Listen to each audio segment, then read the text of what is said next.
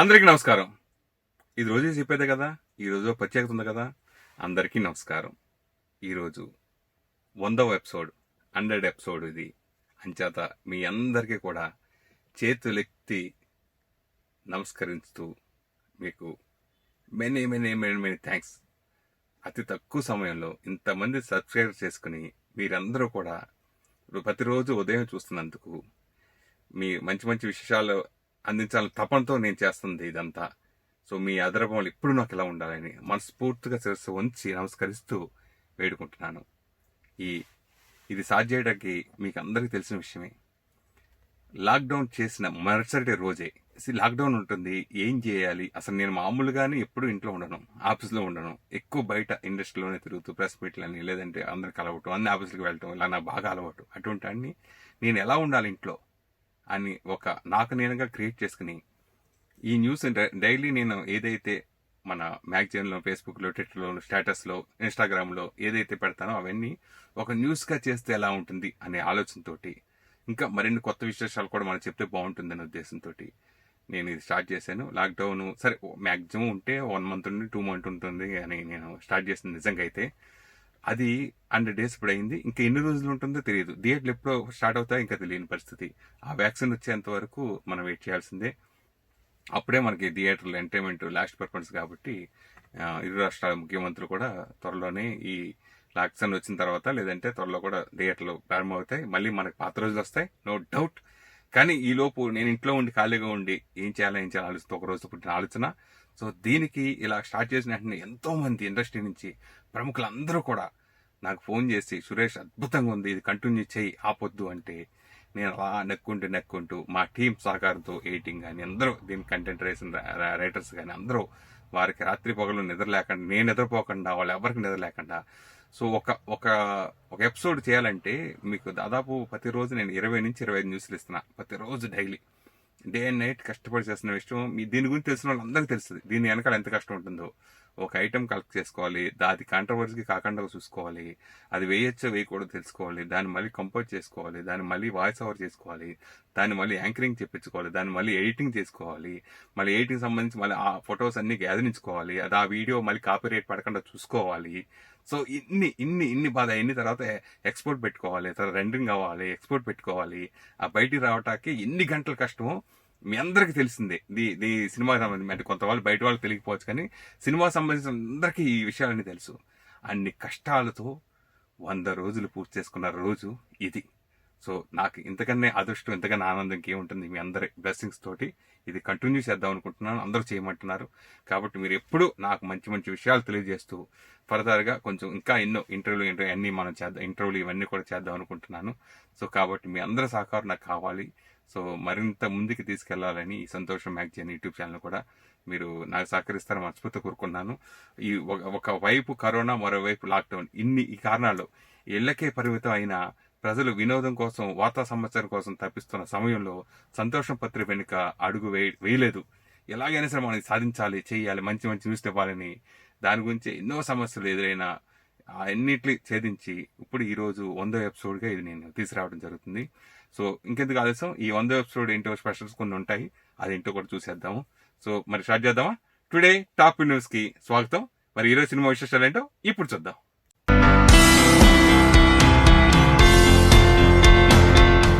Super star Mahesh Babu ట్విట్టర్లో ఫాలోవర్ల సంఖ్య 1 కోటికి చేరిన విషయం తెలిసిందే. ఈ మైలురాయిని చేరుకోవడంపై మహేష్ బాబు ట్విట్టర్ ద్వారా స్పందించారు.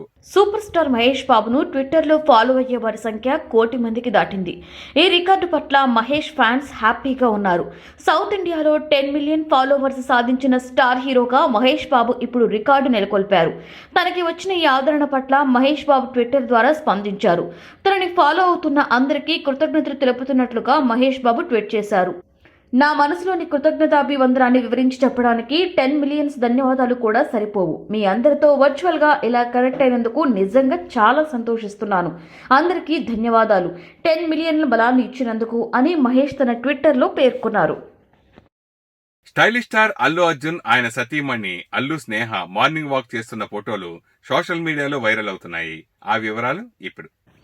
కరోనా మహమ్మారి దెబ్బకు అందరి జీవితాలు ప్రభావితమయ్యాయి. ఎప్పుడూ షూటింగ్లతోనే బిజీగా ఉండే సినీ ప్రముఖులు లాక్డౌన్ కారణంగా ఇళ్లకే పరిమితమయ్యారు. వర్కౌట్స్ చేయడానికి జిమ్లు అందుబాటులో లేవు. ఈ నేపథ్యంలో కొందరు సినీ ప్రముఖులు తమ ఇళ్లకు సమీపంలోని రోడ్లపై వాకింగ్ చేస్తున్నారు. స్టైల్ స్టార్ అల్లు అర్జున్, ఆయన భార్య స్నేహ వాకింగ్ చేస్తున్న ఫోటోలు తాజాగా సోషల్ మీడియాలో వైరల్ గా మారాయి. కేబీఆర్ పార్క్ లో వీరిద్దరూ వాకింగ్ చేస్తుండగా ఎవరో ఫోటోస్ సోషల్ మీడియాలో పోస్ట్ చేశారు. స్టార్స్ అయినా సామాన్యుల మధ్య వాకింగ్ చేస్తూ ఫిట్నెస్ పెంచుకుంటూ ఈ కరోనా టైంలో అందరూ ఫిట్ గా ఉండాలి అనే సందేశాన్ని బన్నీ ఇచ్చినట్లుగా ఆయన ఫ్యాన్స్ చెప్తున్నారు. జన సందోహం తక్కువగా ఉంటుందనే కారణంతో తెల్లవారుజామునే వీరిద్దరూ వాకింగ్ పూర్తి చేసుకుంటున్నారని అంటున్నారు. ప్రముఖ కొరియోగ్రాఫర్ సరోజ్ ఖాన్ గుండెపోటుతో శుక్రవారం నాడు మరణించారు. ఆమె గురించి ప్రముఖ కొరియోగ్రాఫర్ జానీ మాస్టర్ ఏం చెబుతున్నారు ఇప్పుడు చూద్దాం. హాయ్ గైస్, ఇప్పుడే ఒక వార్త విన్నాను. సరోజ్ ఖాన్ మాస్టర్ గారు చనిపోయినారని చెప్పి చాలా బాధేసింది. ఎందుకంటే నేను ఫస్ట్ డాన్స్ చేసిన సాంగ్, ఆమె చేసిన కొరియోగ్రఫీ మొహరా సినిమాలో, హిందీ పాట మొహరా సినిమాలో తూ చీజ్ బడి హే మస్త్ మస్త్ అనే ఒక సాంగ్కి ఆమె కొరియోగ్రఫీ చేయటం జరిగింది. ఆ సాంగ్ నేను సేమ్ మూమెంట్స్ నేను నేర్చుకొని, సేమ్ డాన్స్ నేను నేర్చుకొని స్కూల్ ఫంక్షన్స్లో, పెళ్ళిళ్ళలో, ఎక్కడ ఫంక్షన్కి అక్కడ నేను ఎక్కువ డాన్స్ చేసేవాడిని ఆ పాటకి. సో అలాంటి సూపర్ కొరియోగ్రాఫర్ ఈరోజు మన మధ్యన లేకపోవటం నిజంగా నిజంగా నిజంగా చాలా బాధాకరమైన విషయం. ఈ వీడియో ద్వారా నేను సంతాపం తెలుపుకుంటున్నాను. ఆమె ఆత్మ ఎక్కడున్నా ఆమె ఆత్మకి శాంతి చేరాలని అండ్ ఆమె ఎక్కడున్నా ఒక మంచి జరగాలని మనస్ఫూర్తి కోరుకుంటున్నాను. And I miss you Saroj Khan master గారు. నిజంగా నిజంగా ఐ మిస్ యూ. మీలాంటి మంచి కొరియోగ్రాఫర్ మిస్ అయినాము. కరోనా మహమ్మారి కారణంగా సినీ పరిశ్రమపై ఆధారపడిన వారు తీవ్ర ఇబ్బందులు ఎదుర్కొంటున్నారని సినిమా ఆటోగ్రఫీ మంత్రి తలసాని శ్రీనివాస్ యాదవ్ అన్నారు. వెస్ట్ మేరేడుపల్లి తన నివాసంలో భానుమతి అండ్ రామకృష్ణ చిత్రాన్ని ఆహా యాప్ ద్వారా మంత్రి తలసాని శ్రీనివాస్ యాదవ్ విడుదల చేశారు. ఆ వివరాలు ఇప్పుడు. పరిశ్రమలో మరి ఉండేటువంటి ప్రతి ఒక్కరు కూడా కొంత ఇబ్బంది వచ్చిన మాట కూడా వాస్తవం. మరి మన చేతిలో ఏం లేదు, ఇది ఎంత ప్రకృతి వైపరీత్యం అయినప్పటికీ మరి సినిమా రైట్ టైంలో ప్రొడక్షన్ జరిగిన తర్వాత రిలీఫ్కు ఇబ్బందులు అయితే కూడా కొంత ఇబ్బందులు వచ్చేటువంటి అవకాశం ఉన్నాయి. అయితే ఆల్టర్నేటివ్గా ఈ మధ్యకాలంలో ఈ ఓటీటీలో చిత్రాలు రిలీజ్ చేస్తున్నటువంటిది కూడా మనందరం చూస్తూ ఉన్నాం. కాబట్టి భానుమతి అండ్ రామకృష్ణ ఈరోజు రిలీజ్ అవుతున్నటువంటి చిత్రం సక్సెస్ఫుల్గా ముందుకెళ్ళాలి. తప్పకుండా డైరెక్టర్తో సహా, ప్రొడ్యూసర్తో సహా నటిస్తున్నటువంటి నటీనటులందరికీ మంచి జరగాలి, వాళ్ళకి అందరికీ మంచి ఫ్యూచర్ ఉండాలని చెప్పి నేను కోరుకుంటున్నా. తప్పకుండా సినిమా ఇండస్ట్రీకి కావాల్సినటువంటి సహకారం ఎల్లప్పుడూ తెలంగాణ ప్రభుత్వం అందిస్తుంది. మీరందరూ కూడా చూస్తున్నారు.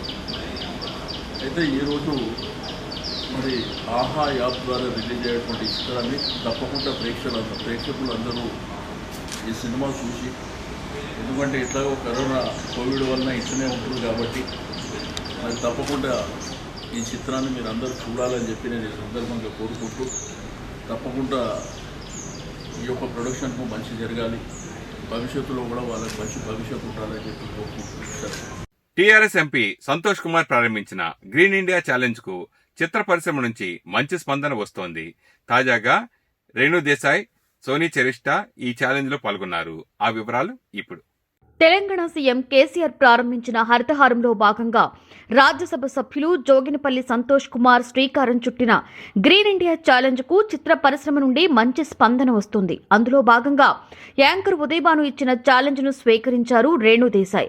తన కూతురు ఆద్య, కూతురు స్నేహితురాలు యశికతో కలిసి జూబ్లీహిల్స్ పార్క్ లో రేణు దేశాయ్ మొక్కలు నాటారు. ఈ సందర్భంగా రేణు దేశాయ్ మాట్లాడుతూ, ఇప్పుడు ఉన్న జీవన విధానంలో మనమంతరం అపార్ట్మెంట్ కల్చర్ కి అలవాటు పడ్డాం. ఈ కొత్త తరానికి చెట్లను ఏ విధంగా నాటాలి, పెంచాలి అనే విషయం తెలియడం లేదు. కాబట్టి గ్రీన్ ఇండియా ఛాలెంజ్ లో భాగంగా ఉదయభాను ఇచ్చిన ఛాలెంజ్ ను స్వీకరించాను. ఈ రోజు నా కూతురు ఆద్య, ఆమె స్నేహితురాలు యచికతో కలిసి మొక్కలు నాటడం జరిగింది. చిన్న పిల్లలను ఇందులో భాగం చేయడం వల్ల వారికి మొక్కలు ఎలా నాటాలి అనే విషయం కూడా తెలుస్తోంది. ఇంత మంచి కార్యక్రమం చేపట్టిన సంతోష్ గారికి అభినందనలు. నేను మరో ముగ్గురికి ఈ ఛాలెంజ్ ని ఇవ్వాలి అనుకోవడం లేదు. అందరూ స్వచ్ఛందంగా మొక్కలు నాటాలని కోరుతున్నారు. పర్యావరణాన్ని రక్షించడం మన బాధ్యత అని తెలియజేశారు. ఇక హీరోయిన్ సోనీ చెరిస్ట కూడా గ్రీన్ ఇండియా ఛాలెంజ్ లో పాల్గొని మొక్కలు నాటారు. తాను మొక్కలు నాటడంతో పాటు మరికొన్ని మొక్కలను దత్తత తీసుకుని వాటి సంరక్షణ బాధ్యతను చేపడతానని సోనీ చెరిస్ట పేర్కొన్నారు.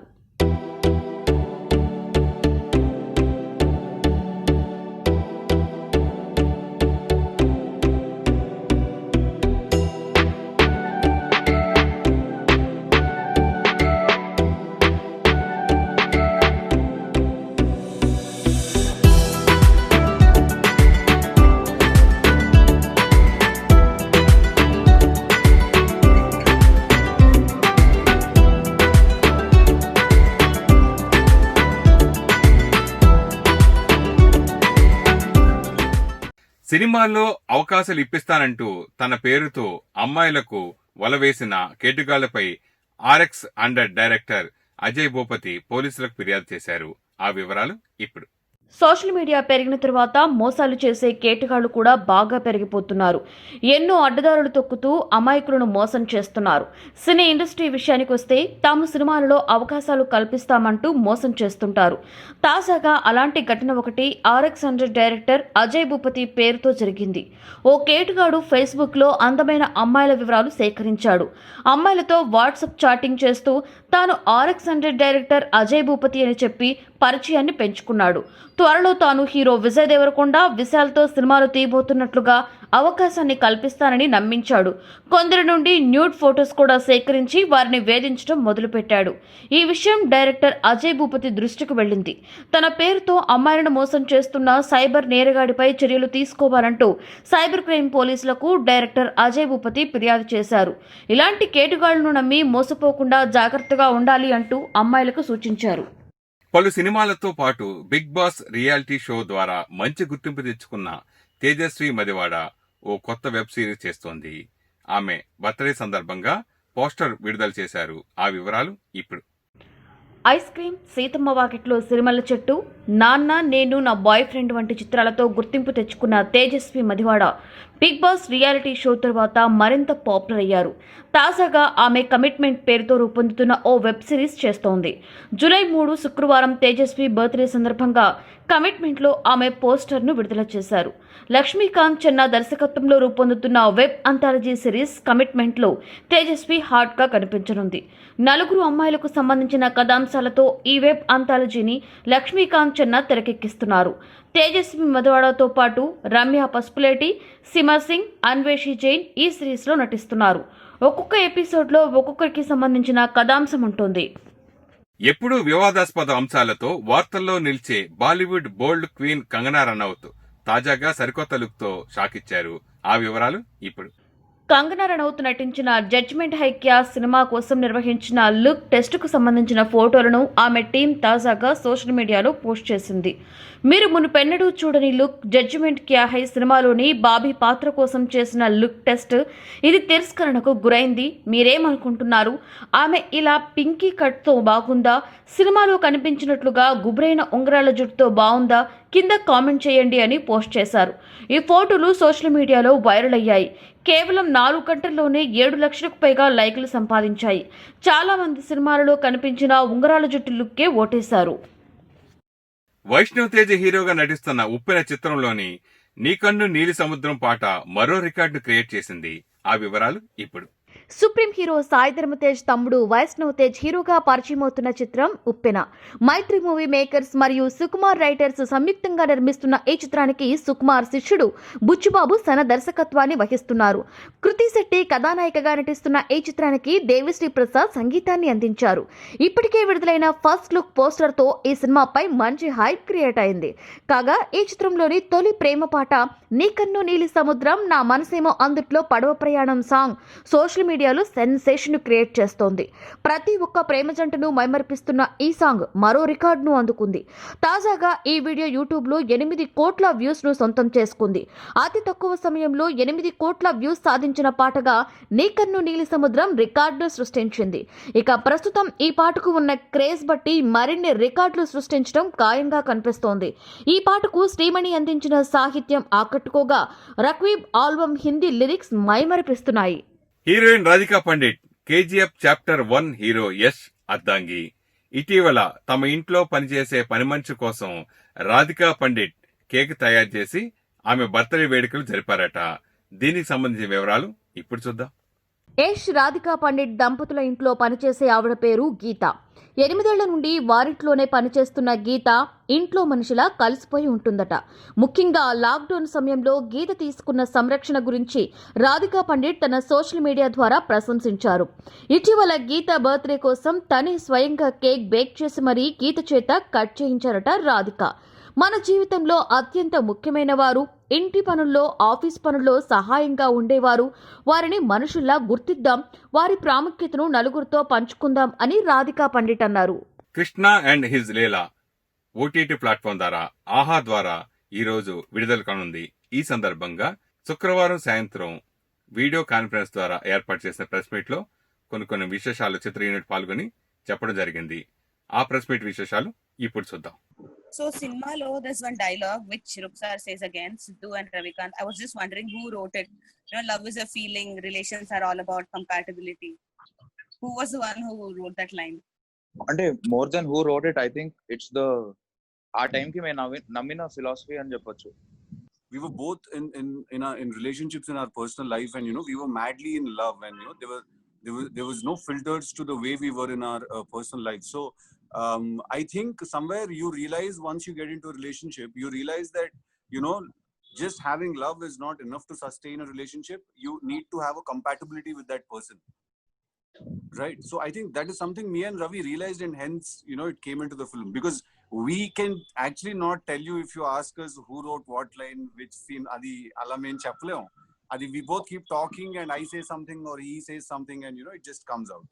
I think all the conversations are conversations between me and Sidhu about love. Yeah, we had conversations, and all the characters that are there are extensions of you know our personalities. Yeah, you know that what I'd want to be if you ideally ask me, or nenu ఎలా ఆలోచిస్తానో లేకపోతే వాడు ఎలా ఆలోచిస్తాడు. Sorry, Ravikanth, my mother has given me strong warning to not call Ravikanth వాడు.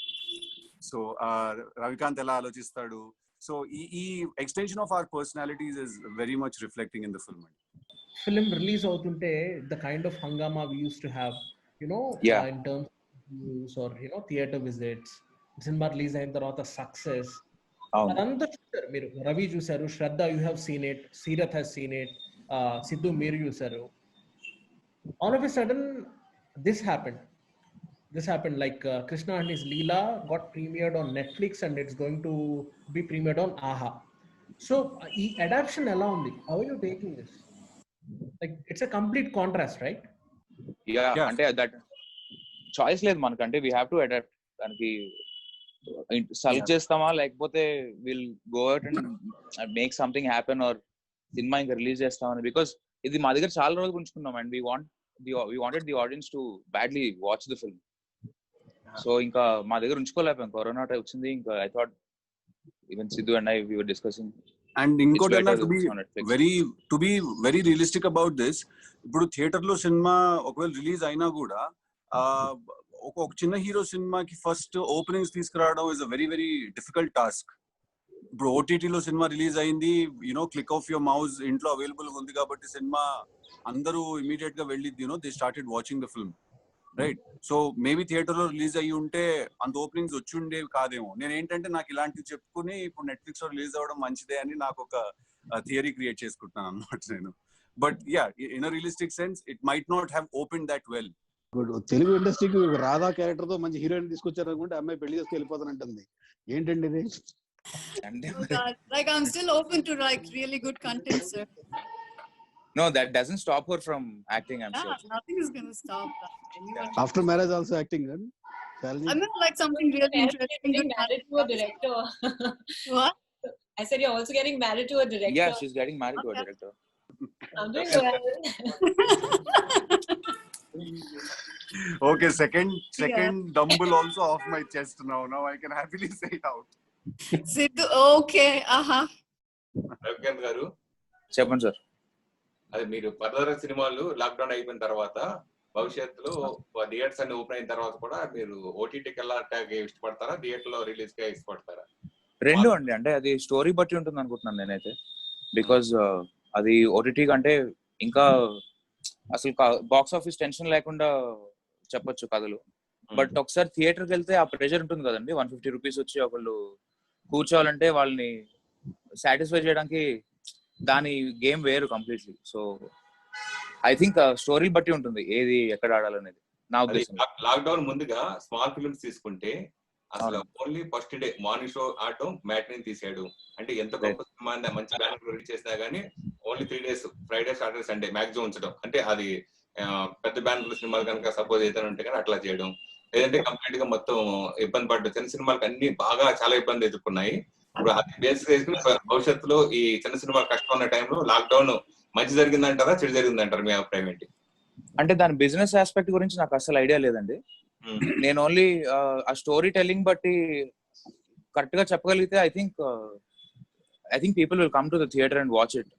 It doesn't matter if this film is small or big, but I think people will still come to the theater and watch it if they see the need to go to a theater in your trailer or your poster or whatever promotions that you have. So I think storytelling మీద depend అయి ఉంటుందండి at the end of the day. అంటే భవిష్యత్తులో మీ కథలన్నీ కూడా అంటే cinema థియేటర్లు ఊహించుకుని రాసుకోవచ్చా, లేదా ఓటీటీ పర్పస్ గా ఓటీటీ టార్గెట్ ఫ్యామిలీ సినిమాలు ఇట్లా రాసుకోవడం అట్లా ఏమన్నా థియేటర్ ఉంటారా? అంటే నెక్స్ట్ సినిమా వరకు చెప్పగలండి. నెక్స్ట్ సినిమా మాత్రం థియేటర్ లోనే వస్తుంది. థియేటర్లు ఎప్పుడు నుంచి వస్తాయని మీరు అనుకుంటున్నారు? వచ్చినప్పుడు అండి, నాకు కూడా తెలీదు.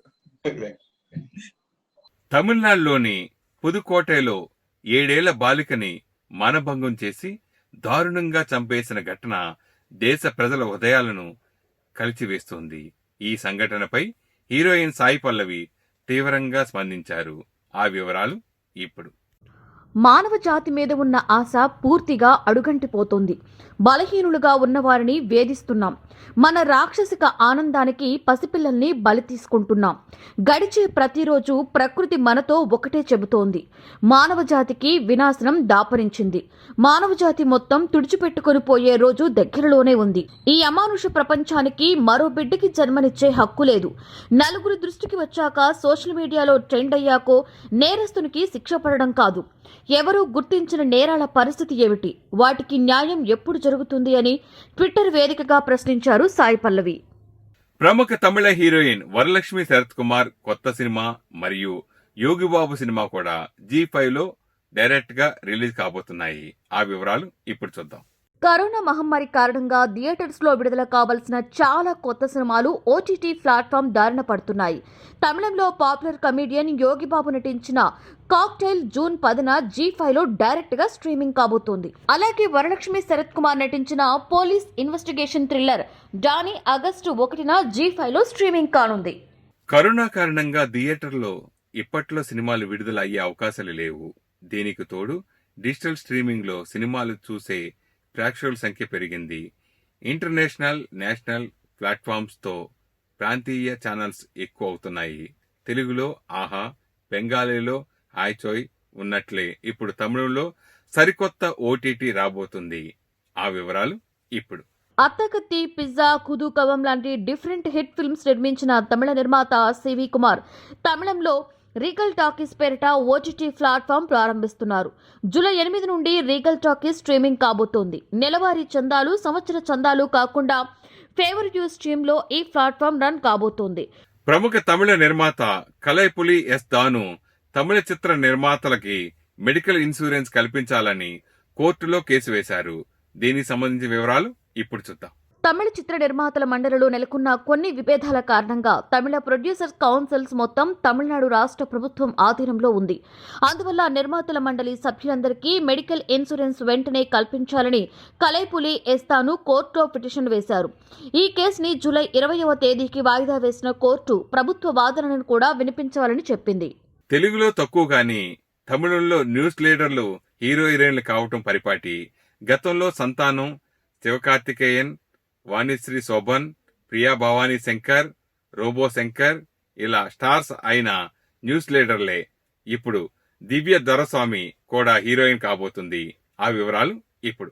దివ్య దొరైస్వామి తమిళనాట పాపులర్ న్యూస్ లీడర్. ఇప్పటికే సోషల్ మీడియాలో తన హాట్ ఫోటోస్తో ఎందరో అభిమానులను సంపాదించుకున్న దివ్య ఇప్పుడు హీరోయిన్ ఛాన్స్ కొట్టేసింది. జర్నీ, రాజారాణి సినిమాలతో తెలుగువారికి కూడా తెలిసిన తమిళ యువ హీరో జై సరసన నటించబోతోంది దివ్య. ఈ సినిమాకి Suseenthiran director. Chiyaan Vikram Cobra cinema రూపొందిస్తున్న దర్శకుడు అజయ్ జ్ఞానమూర్తి తన రెమ్యునరేషన్ లో 40% తగ్గించుకోవడానికి ముందుకు వచ్చారు. ఆ వివరాలు ఇప్పుడు.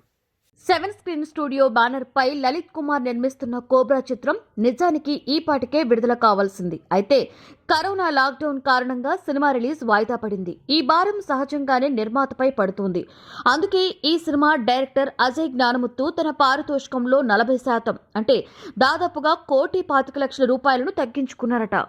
నీకు గుడ్ బై చెప్పే అవకాశం దొరకలేదు, ఐ మిస్ యూ నానా అని చెప్పేందుకు కుదరలేదు, ఈ బాధ నన్ను నిలువునా చీల్చేస్తోంది, ఇక నా ప్రేమని నీతో పంచుకోలేను, అలా ఎలా మాయమైపోతావు, ఈ శూన్యం ఎప్పటికీ పూడ్చలేనిది, నన్ను స్ట్రాంగ్గా ఇండిపెండెంట్గా తీర్చిదిద్దింది నువ్వు, నా మనసులో నువ్వెప్పుడు నిలిచే ఉంటావు, నువ్వు నేర్పిన విలువలతో ఈ జీవితాన్ని కొనసాగిస్తానని ఆత్మిక అన్నారు.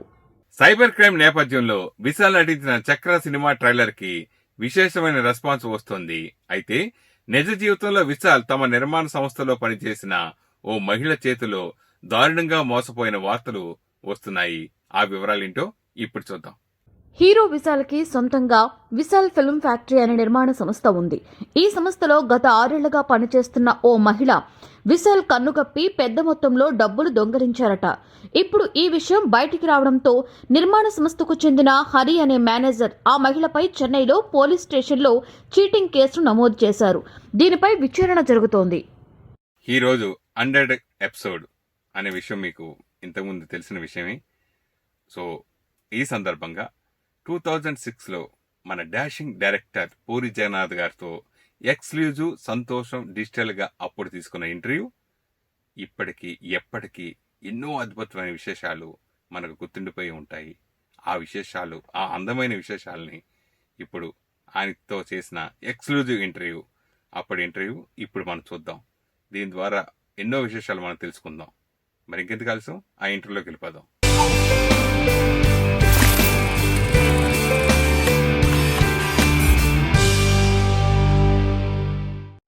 హలో పూరి జగన్నాథ్ గారు, మీ సినిమాలు ట్రెండ్కి తగ్గట్లుగా తీస్తారా లేక హీరోకి తగినట్లుగా రాస్తారా? అది కాక నిర్మాతకి నచ్చినట్లుగా తీస్తారా? నాకు ఇష్టమైనట్టు తీస్తుంటాను. నేను అది ట్రెండ్కి దగ్గరికి వెళ్తున్నాను అనుకుంటూ నాకు ఇష్టమైనట్టు తీస్తుంటాను. మీరిప్పుడు అందనంత ఎత్తుకి ఎదిగారు. ఆ ఎత్తు నుండి చూస్తుంటే ఇప్పుడు ఈ రంగం మీకు ఎలా కనిపిస్తోంది? లేదండి, అసలు ఎత్తులో ఉన్నానని నేను అనుకోను. నా ప్రపంచంలో ఉన్నాను అనుకుంటాను. అంటే ఇష్టమైన పని చేసుకుంటూ పోవటం, నాకు ఇష్టమైన పనిలో ఉన్నానా లేనా, ఆ పని కరెక్ట్గా చేస్తున్నానా, ఇష్టంగా చేస్తున్నానా ఏదో చూసుకోవటం.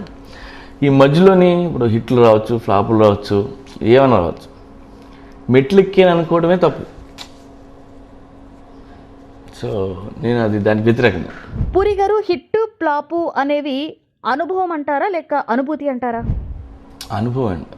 అలాగే పోకిరి మెగా హిట్ నుండి మీరేం నేర్చుకున్నారు? మెగా హిట్ నుంచి ఎక్కువ చెడ్డ విషయాలు వస్తుంటాయి నేర్చుకోవడానికి. అవి రాకుండా, అంటే ఒళ్ళు కొవ్వు, బలుపు, పొగరు, సో ఇవి నేర్చుకోకుండా ఉండే చాలు. సక్సెస్ నుంచి జనరేట్ ఇలాంటివి నేర్చుకోకుండా ఉండే చాలు. పూరి గారు, మీరు చెప్పండి, ఒక ప్రేక్షకుడిగా పోకిరి విజయం అనేది ఒక అద్భుతం అంటారా లేక కాకతాళీయం అంటారా? అద్భుతం ఏం కాదండి. అద్భుతం అయితే డెఫినెట్గా కాదు, కాకతాళీయం కూడా కాదు. ఎందుకంటే అది హిట్ అవుతుందని మేము తీసాం, నచ్చుతుందని ఒక ఆశతో తీసాం. సో అది కాకతాళీయం కాదు. అలాగే ఇప్పుడు అది పెద్ద హిట్ కొట్టింది, అది ఎక్స్ట్రాడినరీ హిట్, నేను ఒప్పుకుంటాను. ఎంత ఎక్స్ట్రాడినరీ అయినా అది అద్భుతం మాత్రం ఖచ్చితంగా కాదు. రేపు పొద్దున ఇంకోటి వస్తుంది. అసలు మీరు పండుగాడి క్యారెక్టర్ని ఇంతవరకు ఎక్కడైనా చూసారా? ఎప్పుడైనా మీకు అటువంటి క్యారెక్టర్ ఎదురైందా? కొన్ని లక్షణాలు నాలో ఉంటాయి బేసిక్గా, అలాంటివి కొన్ని నేను ఇలా ఉంటే బాగుంటుంది అని అనుకున్నాను ఉంటాయి, అవి కూడా అందులో పెట్టేస్తుంటాను. అంటే లేని కొన్ని అలా క్రియేట్ చేసింది తగిలింది ఇంకా. బట్ పండు అనే పేరు మాత్రం మా ఆవిడది. మీరు కమర్షియల్ హీరో లక్షణాలు తిరగరాయడానికి ఒక కొత్త సిలబస్ని క్రియేట్ చేశారు. అలా చేస్తున్నప్పుడు ఇది రిస్క్ ఏమో అని మీకు అనిపించిందా? అసలు ఆ డౌట్ కూడా ఏమైనా రాలేదా మీకు? లేదండి, రాలేదండి. ఎందుకంటే నేను ఫస్ట్ సినిమాలోనే అది నేను చేశాను, బద్రీ సినిమాలోనే. సో అది రిస్క్ అని నేనేం ఫీల్ అవ్వాలి. అలాగే మీ సినిమాల్లో ఎక్కువగా నెగిటివ్ అండ్ అడల్ట్ కంటెంట్ని పెడతారు. అందులో అసలు మీ వ్యూహం ఏంటంటారు? నెగిటివ్ అని కాదు కానీ ఇమ్మీడియట్గా అటెన్షన్ డ్రా చేయడం కోసం, మన ప్రోడక్ట్ అమ్మేటప్పుడు ఒక ఇంట్రెస్ట్ క్రియేట్ చేయడం కోసం ఒక డిఫరెంట్ ఇట్లా ఆలోచిస్తుంటాను. ఒక్కొక్కసారి కథకి సంబంధం ఉండొచ్చు, ఉండకపోవచ్చు. అంటే 100% సూటబుల్ కాకపోయినప్పటికీ 40% అది రిలేటెడ్ అయినా నేను పెట్టడానికి ట్రై చేస్తాను. ఎందుకంటే ఆ ప్రోడక్ట్ చూడడం కోసం జనం రావాలి కాబట్టి. దర్శకుడిగా మీరు హోంవర్క్ని నమ్ముతారా లేక టీం వర్క్ని నమ్ముతారా? ఫస్ట్ హోంవర్క్ నమ్ముతాను, ఆ తర్వాతే టీం వర్క్ నమ్ముతాను. ఎందుకంటే ఆ చేసే హోంవర్క్ బ్యాడ్ హోంవర్క్ చేసి దాని మీద ఎంత పెద్ద టీం వర్క్ చేసినా, ఎన్ని కోట్లు ఖర్చు పెట్టినా వేస్ట్. సో ఫస్ట్ చేయాల్సింది నమ్మేది ఆ బేసిక్ ప్లాట్, ఏం ప్లాన్ చేస్తున్నా ఆ హోంవర్క్ని నమ్ముతాను. అలాగే పూరి జగన్నాథ్ గారు బుక్స్ బాగా చదువుతారు అని విన్నాము. మిమ్మల్ని బాగా ఇన్స్పైర్ చేసినటువంటి బుక్స్ ఏమైనా ఉన్నాయా? నేను కథలు, నవల్స్ అన్నీ ఇంటర్మీడియట్ డిగ్రీ చదివానండి. ఆ తర్వాత మానేసా. నాకు బాగా నేను నేర్చుకునేది, ఇన్స్పైర్ అయ్యేది Rajneesh, Osho, all books, any book. అలాగే రీసెంట్గా ఈ మధ్య నాకు నచ్చింది the man who sold his Ferrari, Robin శర్మది. ఒక 2 బుక్స్ చదివాను, బాగున్నాయి, గుడ్.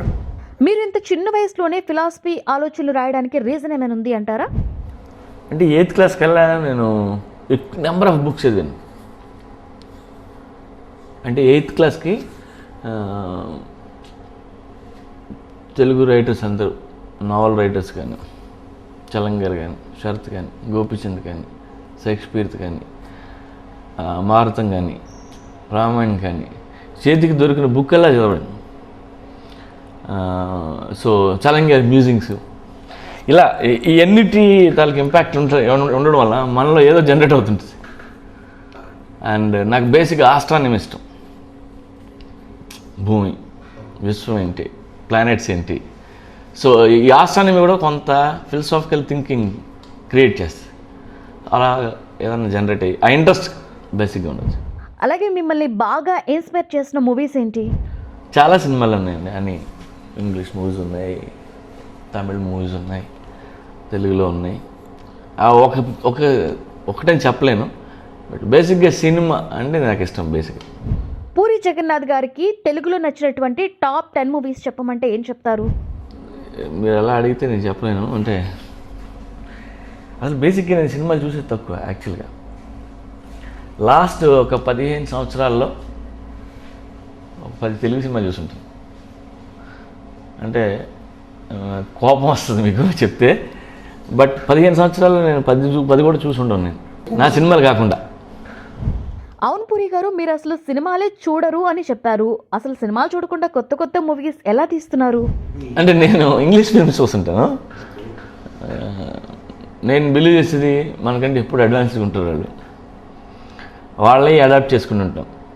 వాళ్ళు కెమెరా తయారు చేస్తే మనం తెచ్చి వాడుకుని ఉంటాం, స్టడీ క్యామ్ తెచ్చి వాడుకుని ఉంటాం. సో ఏదైనా మనకంటే 50 years 100 years ముందు ఉన్నారు వాళ్ళు. సో నేను వాళ్ళే చూస్తుంటాను ఎక్కువ. మీరు డైరెక్టర్గా కావడానికి మిమ్మల్ని బాగా ప్రేరేపించిన అంశం ఏమైనా ఉందా? అసలు పూరి జగన్నాథ్ గారు డైరెక్టర్ కాకుండా ఉండుంటే ఏమై ఉండేవారు? దర్శకుడుగా ముందు అనుకోలేదు నేను దర్శకుడిని అవుతానని. బట్ నాకు ఇష్టమైన ఏంటంటే కథలు, నవల్స్, నాటకాలు, సినిమా, ఈ ఇష్టం. సో ఈ ఇష్టంలోంచి నాకు ఇది బెటర్ అని నేను ఇటు వచ్చాను, నాకు నచ్చిన ఫీల్డ్ అని. ఇది రాకపోయి ఉంటే మా వాళ్ళు వ్యవసాయం చేసుకుంటూ ఉండేవాడిని. అంటే వేరే దగ్గర నాకు జాబ్ చేయబుద్ది కదా బేసిక్గా. అలాగే ఇప్పుడు మీ నెక్స్ట్ మూవీ మీద భారీ ఎక్స్పెక్టేషన్స్ ఉన్నాయి. సో ఈ ఒత్తిడిని మీరు ఎలా ఎదుర్కొంటారు? ఎదుర్కోవడం అంటే కొద్దిగా కష్టమేనండి. దానివల్ల మన టైం వేస్ట్ అవుతుంటుంది. సక్సెస్ రావడం వల్ల మన టైం వేస్ట్ అవుతుంటుంది. ఎక్కువ మీటింగ్స్, ఎక్కువ మాట్లాడుతుంటాం, ఎంతోమంది కలుస్తుంటారు, ఫోన్లు వస్తుంటాయి. సో ఇవన్నీ నాకు అనవసరం యాక్చువల్గా. దానివల్ల టైం వేస్ట్ అవుద్ది, నేను చేసుకోబోయే పని చేసుకోలేను. సో ఇలాంటి కష్టాలు ఉన్నాయి. పోకిరి హిట్తో ప్రేక్షకులని ఒక రకమైనటువంటి మానసిక స్థితిలో పెట్టారు మీరు. వారిని ఇంతకు మించి సాటిస్ఫై చేయడానికి ఎలాంటి సినిమాలు తీస్తారు? అలా అనే కాదు, బట్ కొన్ని సినిమాల వల్ల జనం మారుతూ ఉంటారండి. ఒక ట్రెండ్ వచ్చినాక ఆ కైండ్ ఆఫ్ సినిమాకి అలవాటు పడతారు. అలాగని అదే తీయాలని లేదు, వేరేది కూడా తీయచ్చు. మళ్ళీ అది ఛాలెంజ్ తీస్తే లేదు, ఫాలో అయితే సేఫ్. నేను ఇప్పుడు 3 కేటగిరీస్ చెప్తాను, అందులో మీరు ఏదో చెప్పాలన్నమాట. పూరి జగన్నాథ్ గారు ట్రెండ్ సెట్టర్, లేక ట్రెండ్ ఫాలోవర్, లేక ట్రెండ్ కిల్లరా? నేను ట్రెండ్ సెట్టర్నా కాదని నాకు తెలియదు, కానీ but Pokiri cinema trend setter అని. ఇది నేను సినిమాకి ముందు కూడా చెప్పా, ఒక ట్రెండ్ సెట్ చేస్తుంది ఇది అని. అంటే ఒకసారి అందరూ దీని వైపు తిరిగి చూస్తారు, దీన్ని కొంతమంది ఫాలో అయితే అవ్వచ్చు. సో నేను ట్రెండ్ సెటర్ కాదు, కానీ Pokiri cinema trendsetter. So నేను ఫర్దర్గా ట్రెండ్ సెటర్ అవుతాను అవ్వాలో నాకు తెలియదు. అసలు పూరి జగన్నాథ్ గారు డైరెక్టర్ కావాలి అంటే మెయిన్ క్వాలిటీ ఏంటంటారు? కామన్ సెన్స్ అండి. ఇప్పుడు దర్శకుడు కావాలంటే కొద్దిగా కథలు, కవిత్వం, సినిమాలు, కొద్దిగా ఇమాజినేషన్ తెలిసి ఉండాలి, వీడు డైరెక్ట్ చేయొచ్చు. నెంబర్ 2, ఈ కథల గదిలో ఏం రాయలేకపోవచ్చు. ఇమాజినేషన్ పవర్ ఉంది, వాడు డైరెక్ట్ చేయొచ్చు. నెంబర్ 3, ఎవడైనా డైరెక్ట్ చేయొచ్చు. అంటే ఏమీ లేకపోయినా దానికి సంబంధం ఏం లేదు. నేనేంటంటే టోటల్గా కామన్ సెన్స్ ఉండాలండి. కామన్ సెన్స్, సినిమా మీద కొంత రెస్పెక్ట్, ఇంట్రెస్ట్ ఉండాలి బేసిక్గా. అది ఉన్నవాళ్ళు ఎవరైనా డైరెక్ట్ చేసేది పెద్ద ప్రాబ్లం కాదు. నేను ఏంటంటే ఒక డైరెక్టర్ దగ్గర పనిచేస్తుంటే ఆ డైరెక్టర్ తాలకు తెలివితేటలు ఇటుకే రావు. ఎవరి తెలివితేటలు ఆడికే ఉంటాయి, ఎవరి స్టైల్ ఆడికే ఉంటాయి. పని చేయడం వల్ల మీరు పని చేయండి, లేదు చూడండి అక్కడ ఏం చేస్తున్నారు, స్క్రిప్ట్ ఎలా రాస్తారు, ఎలా తీస్తారు, ఎలా ఎడిటింగ్ చేస్తారు, ఈ ప్రాసెస్ అట్లీస్ట్ తెలుసుకోవడానికి పని చేస్తారు. ఈవెన్ ఇన్స్టిట్యూట్ అయినా ఎక్కడైనా పని చేసినా అది తెలుసుకోవాలి. బేసిక్గా తెలుసుకుంటే కానీ ఆ పని చేయలేం కదా. పూరి జగన్నాథ్ గారి సైడ్ నుండి మేమేమైనా డివోషనల్ మూవీ ఎక్స్పెక్ట్ చేయొచ్చు అంటారా? ఇట్ డిపెండ్స్, నా ఫైనాన్షియల్ స్టేటస్ని బట్టి వస్తుంది ప్రోడక్ట్. ఆధ్యాత్మిక చిత్రం కంప్లీట్గా తీయలేనండి నేను, ఎందుకంటే నా డబ్బులు పోయినా పర్లేదు అనుకున్న రోజు తీస్తాను. లేదు, డబ్బు కావాలనుకున్నంత వరకు నేను తీయలేను. మీరు ప్రేక్షకుల్లో విజువల్ ఎడ్యుకేషన్ అలాగే అభిరుచిని పెంచడానికి ఎలా ట్రై చేస్తుంటారు? డెఫినెట్గా ప్రతి సినిమాలో కూడా కొద్దిగా వాళ్ళ విజువల్ అని కాదు, అట్లీస్ట్ సీయింగ్ థింగ్స్, వాళ్ళు చూసే చిన్నవి ఉన్నాయి కదా, వాటి నుంచి బయటికి రావడానికి నేను ఏదో ట్రై చేస్తుంటాను. ఏదో డైలాగులోనో ఎక్కడో ట్రై చేస్తుంటాను. అది పడుతుంది, టైం పడుతుంది. అందరూ ఉన్నవాళ్ళే, కానీ వాళ్ళే బయటికి రారు. సినిమా చూస్తున్నప్పుడు కొన్ని ఫిక్స్ అయ్యి ఉంటారు. అది ఓపెన్ అయితే ఇంకా మంచి సినిమాలు తీయచ్చు. యాక్చువల్గా అది ఓపెన్ అందరికి కావాలి కదా. So most of the people open కాని ఉంటారు, వాళ్ళ కోసం సినిమాలు తీస్తుంటున్నాం. అలాగే ఇప్పటి వరకు కూడా మిమ్మల్ని బాగా ఇన్స్పైర్ చేసినటువంటి మూవీ ఏమైనా ఉందా? వెంటాడే చిత్రం అంటే ఏం లేదండి, బట్ చాలా సినిమాలు, హాలీవుడ్ సినిమాలు చూసిన ఫీలు చాలా మంచి ఫీల్ ఉంటే, ఎనర్జీ ఇస్తుంటాయి. 1-2 డేస్ నేను దాని గురించి ఆలోచిస్తుంటాను తప్ప జీవితాంతం వెంటాడే సినిమా ఏం లేదు. మీకు సాహిత్యపరంగా బాగా నచ్చిన పాడుకునేటువంటి పాటలు ఏమైనా ఉన్నాయా? చాలా పాటలు పడతాయండి. నేను మీరు నా పరిస్థితి, నాకు బేసిక్ ప్రాబ్లం ఏంటంటే ఇష్టమైన 10 సినిమాలు చెప్పలేను, 10 పాటలు చెప్పలేను, ఇష్టమైన కలర్స్ చెప్పలేను నేను. అంటే నాకు చాలా ఇష్టమైనవి ఉన్నాయి. సో ఏదో కొత్త చూస్తుంటాను, అది అటువైపు వెళ్ళిపోతుంటాను. అవును పూరి గారు, అసలు దేశముద్రు అనే టైటిల్కి అర్థం ఏంటంటారు? టూ స్మార్ట్ అని అంతే. దేశముద్ర అంటే నెగిటివ్ అనే కాదు కానీ టూ స్మార్ట్గా ఉంటాడు. స్మార్ట్ అంటే అది తెలుసు ఆడి పైన ఎలా చేసుకోవాలి.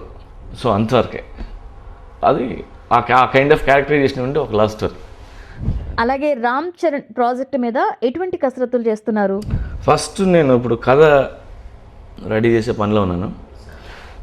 కథతో పాటు నాకు చరణ్తో ఎక్కువ ఇంటరాక్ట్ అవుతున్నాను, చరణ్ గురించి తెలుసుకోవడానికి. చరణ్ మెంటాలిటీ, బేసిక్ మెంటాలిటీ అంటే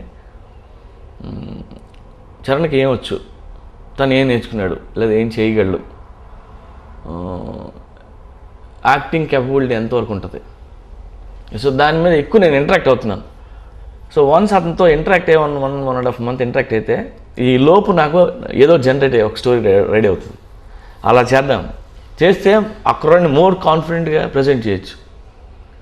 నేను అనుకున్న దాంట్లోకి ఆ కుర్రాడిని తీసుకొచ్చే బదులు ఆ కుర్రాడిలో ఉన్న క్వాలిటీస్ తీసి దాని నుంచి డిజైన్ చేద్దాం.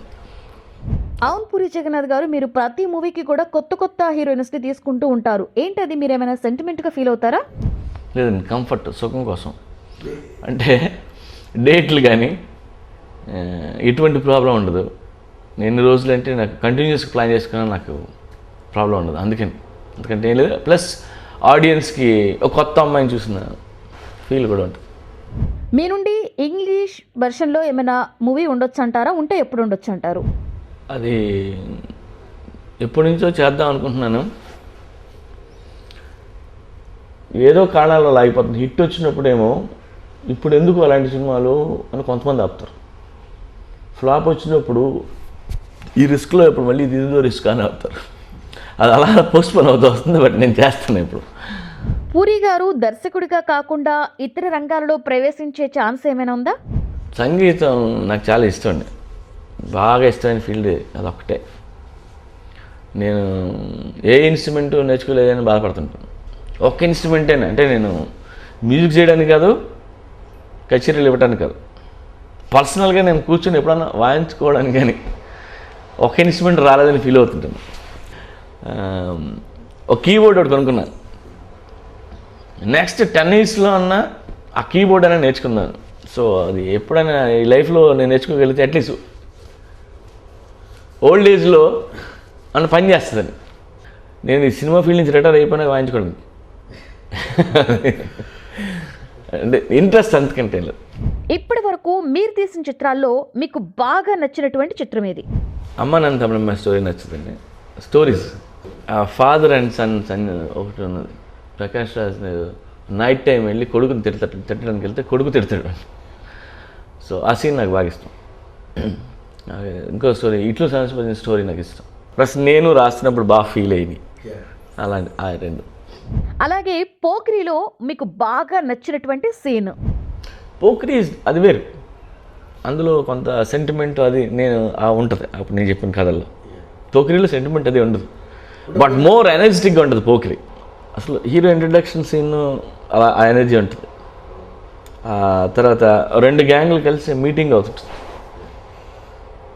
తక్కువ మీటింగ్లు ఎందుకు నాకు అర్థం కావట్లేదు అనేది అంటాడు. సో ఇలాంటి చాలా సీన్లు ఉన్నాయి. బేసిక్గా ఆ పోకిరి క్యారెక్టరే ఒక ఎనర్జీని తెచ్చిపెడుతుందండి, అండ్ ఎప్పుడు డౌన్ అవుతుంది. మీకు తెలిసిన సినిమాల్లో మీకు బాగా నచ్చిన పాట ఏది? అమ్మ నాన్న తమిళమ్మాయిలో నీవే నీవే అనే పాట ఉంది. ఇట్లు సంస్మయంలో ఏమో ఏమో అనే పాట ఉంది. సూపర్లో మిలమిల అనే పాట ఉంది. మంచి మంచి సాంగ్స్ నాకు నచ్చింది. సిచ్యువేషను ప్లస్ ఏమో మెలోడీసు అండ్ ఓపెన్గా పాడే పాటలు నేను ఎక్కువ సాంగ్స్ చేసినప్పుడు మ్యాక్సిమం పాట గొంతు ఓపెన్ చేసి పాడే పాటలు చేయడానికి అడుగుతుంటాను నేను. అంటే అంత బ్రైట్గా పాడుకునే పాటలు, ఏ పెయిన్ అని ఏదైనా ఉంది. సో అలాంటి పాటలు నాకు బాగా ఇష్టం. మీరు ఎప్పుడైనా అబ్జర్వ్ చేస్తే మీకు అది తెలుస్తుంటుంది. అలాగే Allu Arjun and me combination ఎలా ఉంటుందంటారు? ఫాస్ట్గా ఉంటాడు, ఎనర్జెటిక్గా ఉంటాడు, సరదాగా జోవియల్గా ఉండే క్యారెక్టర్. ఇక కొత్త హీరోయిన్ అనుష్క గురించి ఏమంటారు? అమ్మాయి కొత్త అమ్మాయి హన్సిక, చాలా బాగుంది అమ్మాయి. వెరీ గుడ్ పర్ఫార్మర్ అమ్మాయి ఎంత వయసులోనే చైల్డ్ ఆర్టిస్ట్గా చేసి నేషనల్ అవార్డు తీసుకుంది. అది కాక ఒక స్టేట్లో 15 అవార్డులు తీసుకుంది. సో యాక్టింగ్ అయితే చెప్పాల్సిన అవసరం లేదు అమ్మాయికి. మంచి అమ్మాయిని ఇంట్రడ్యూస్ చేస్తున్నాను ఆనందం ఉంది. రామ్ చరణ్ని పరిచయం చేసే అవకాశం మీకు వచ్చినందుకు ఎలా ఫీల్ అవుతున్నారు? చరణ్ అవకాశం అనేది చిరంజీవి గారి సినిమా చేయడం కంటే గొప్పది.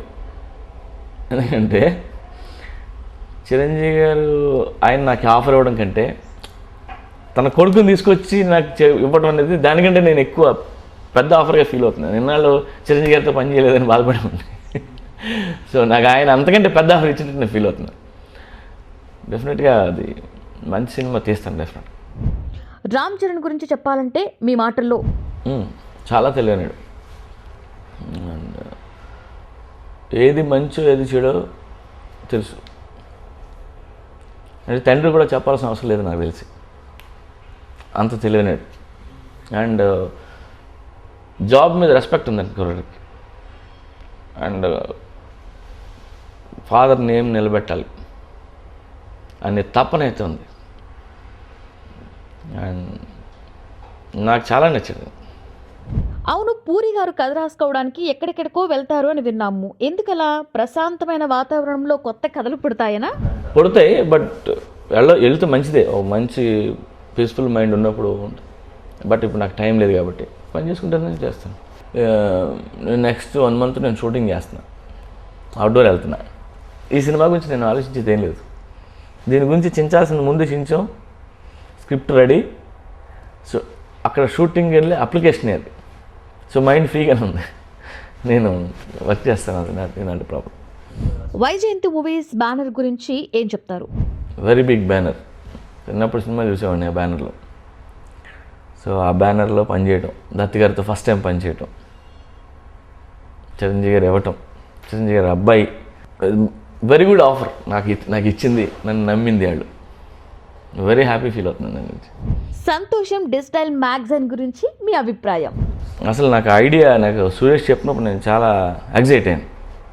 Very good idea, innovative idea. నాకు తెలిసి ఏ మ్యాగజైన్తో ఎప్పుడు రాలేదు అది.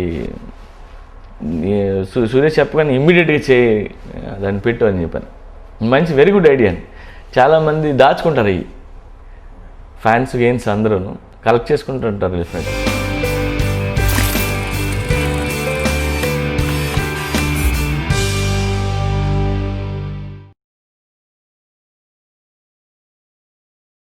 సంతోషం మ్యాగజైన్ యూట్యూబ్ ఛానల్ ద్వారా టుడే టాప్ ఫిల్మ్స్ చూస్తున్న ప్రేక్షకులు అందరికీ నమస్కారం.